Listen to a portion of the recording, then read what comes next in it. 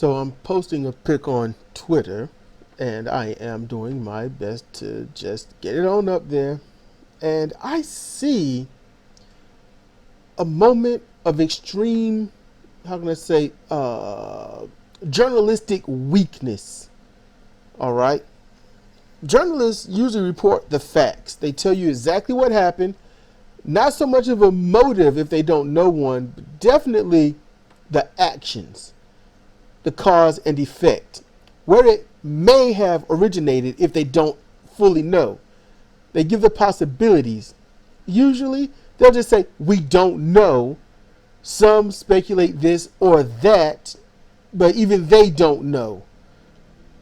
But here we have a case where Dan Crenshaw is reporting on a story where a black woman was going to be or was assaulted by 5 people, and she pulled her gun, and I don't know if and I guess shots were fired from what the reporter said. I think she said shots were fired, and you know what? She lived, and they probably didn't, or they ran away.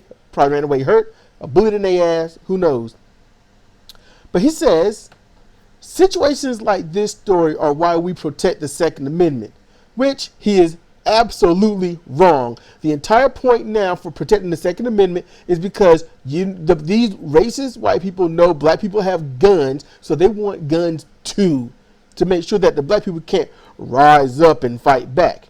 In addition, we have the Second Amendment, so the NRA and gun manufacturers can profit like crazy off of the death of people and predominantly the fear of the other.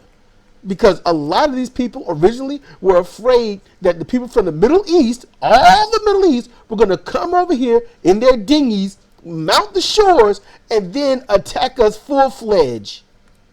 That's what they were afraid of. So keep it real on the Second Amendment. And then he says, side note, with universal background checks, I wouldn't be able to let my friends borrow my handgun when they travel alone like this. We would make felons out of people just for defending themselves. And he posted on twitter.com, and then the rest is cut off. So, okay. First of all, your friends need to get their own damn gun, because if they kill somebody with your gun, it's your responsibility. Your responsibility. They will go for murder. You will go for manslaughter or aiding and abetting. That's how that roll.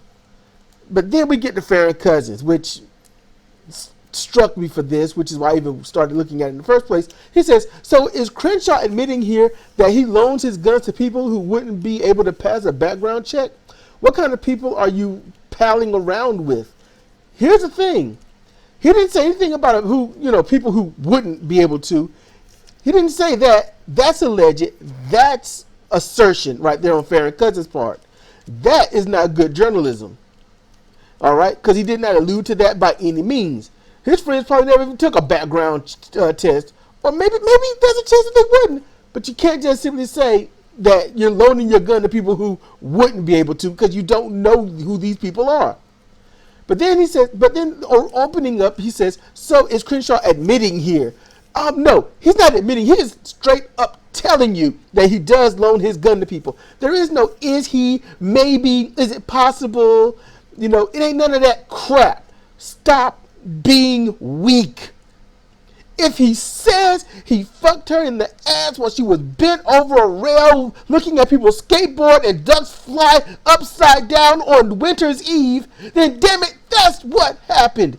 It's not a maybe. He said it. All right? That's how that works.